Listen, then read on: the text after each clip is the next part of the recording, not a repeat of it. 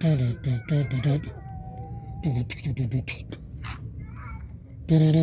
two, I'll continue this conversation I was just having regarding, I'm getting beaten up, but I'm getting eaten alive by mosquitoes here. I feel them chewing on me. It's about 9:20 now, I think. Sun's just set, so sunset's about 9:20 at the moment. Summer solstice on Saturday. We've got the rally on the 21st in Hyde Park with what's he called? What's his name now? It's called something Landman. Rick Landman, I think his name is. Check out these flowers down here, isn't it? Aren't they? Wildflowers. I think they just came into bloom recently. Nice, eh?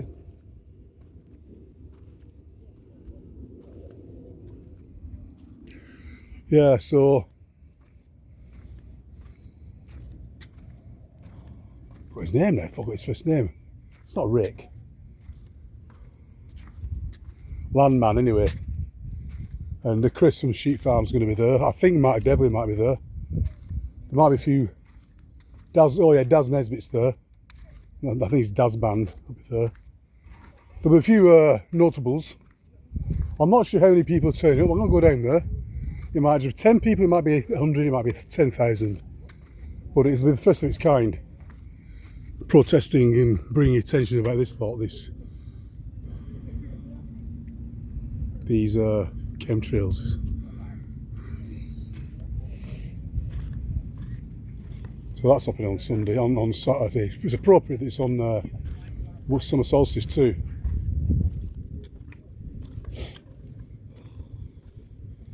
So all this is going on. This big psyop between Iran and Iraq, Iran and Israel. America's backing Israel, of course. Trump is. Apparently, I saw something online today that British Air Force RAF bases are being used by Americans to launch their fighter jets to go into the Middle East. Quite often, Airstrip 1, which is what UK is referred to in 1984. George Orwell's 1984 in the Oceania Society, in the Oceania.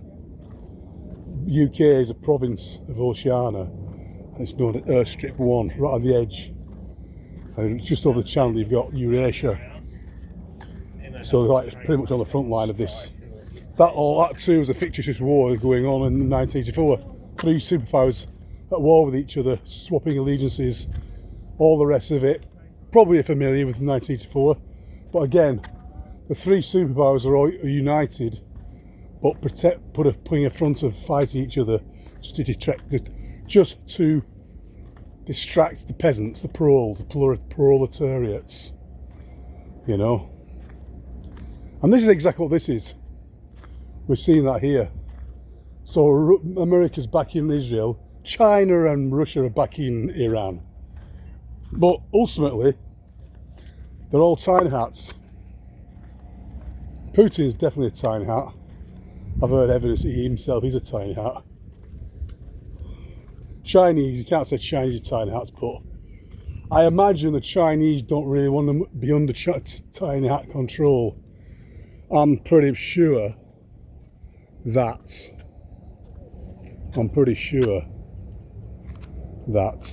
Chinese want to take away power from the tiny hats. I'm pretty sure that is the case. There's a competition.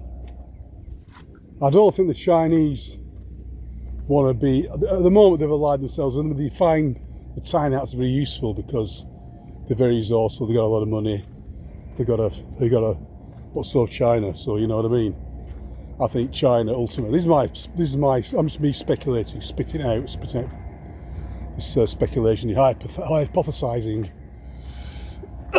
But the Chinese are definitely in on it for themselves ultimately. And you can imagine all these deep state people ring the deep state. They're all backbiting each other. They're all stabbing each other in the back, you know.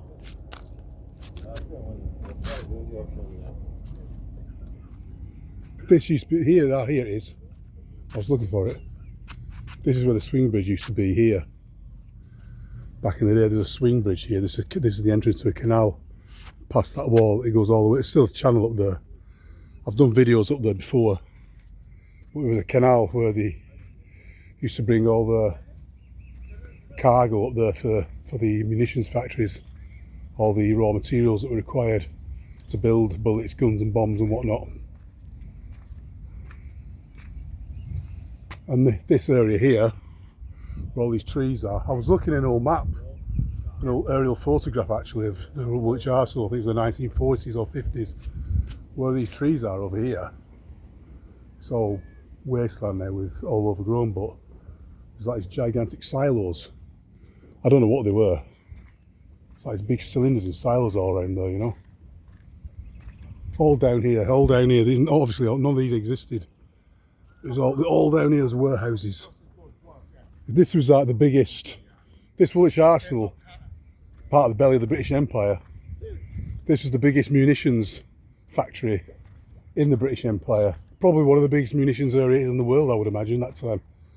So where I am now, this whole area here, all the way down to where those tower blocks are, there's brand new tower blocks, which are like Lego buildings all the way down there. All this is, oh for fuck's sake. Fucking Nick Nog having a piss there, you know. Fuck's sake. See, I get it all down here. He's fucking making weird noises as well. Anyway, I think I caught him on camera then. So all this area, there's a massive fucking munitions factory area, you know. All Ministry of Defence. Peasants weren't allowed down here. There's totally off limits of the area. Only the peasants that worked here were allowed here, with security clearance and all the rest of it. This walkway here was non-existent until, I don't think this walkway was up until about 1990s. I might be wrong, but I think this was all off limits until then, because it was still, when I moved to London in 2001, the Woolwich Arsenal was still pretty much run by the British Army. They were winding it all down then, but it was still off limits. 24 years ago. And you couldn't get down here. Well, you could get down here, but you could only walk so far. Yeah, I remember walking along here back 24 years ago, down this path. But once you got past these tower blocks, which were being built at that time, they were still being built. They were still in the early stages. Once you got to the end, though, it was all off limits. It was dead end sort of things, all blocked off. It was all barbed wire and everything. Barbed wire, razor wire fences. Ministry of Defence property. And these piers here are all part of it.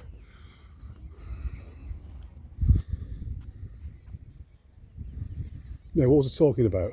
The tiny hats and the Chinese. Yeah, that's going to be an interesting one, isn't it? Tiny hats and Chinese. See what's going to happen, eh? I mean, anything can happen any time now. This time next week, this could be a fucking nuclear wasteland. But when I say nuclear wasteland, I say that with tongue in cheek, because I've also, in recent years, I've realised that nuclear bombs are actually a fake. There's no such thing as a nuclear bomb. Nukes is a hoax. That's another psyop. But that's a subject for another video. I'll talk about that in another video. The nuclear psyop, the Cold War, and all that bollocks. Fucking hell. Just like the COVID. Fucking hell.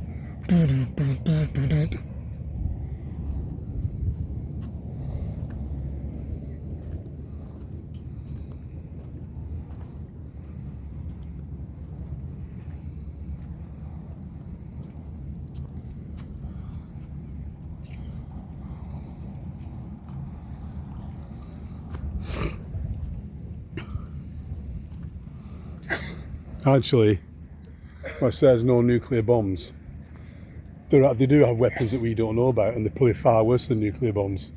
They've got direct energy weapons. There's direct energy weapons there. Oh my god! I think I skidded him. Skidded my job. My weapons of mass destruction. Oh, they lie so much in the war industry, don't they? There's so much lying going on. So much lying going on when it comes to warfare. Truth is the first casualty and the continuous casualty of war.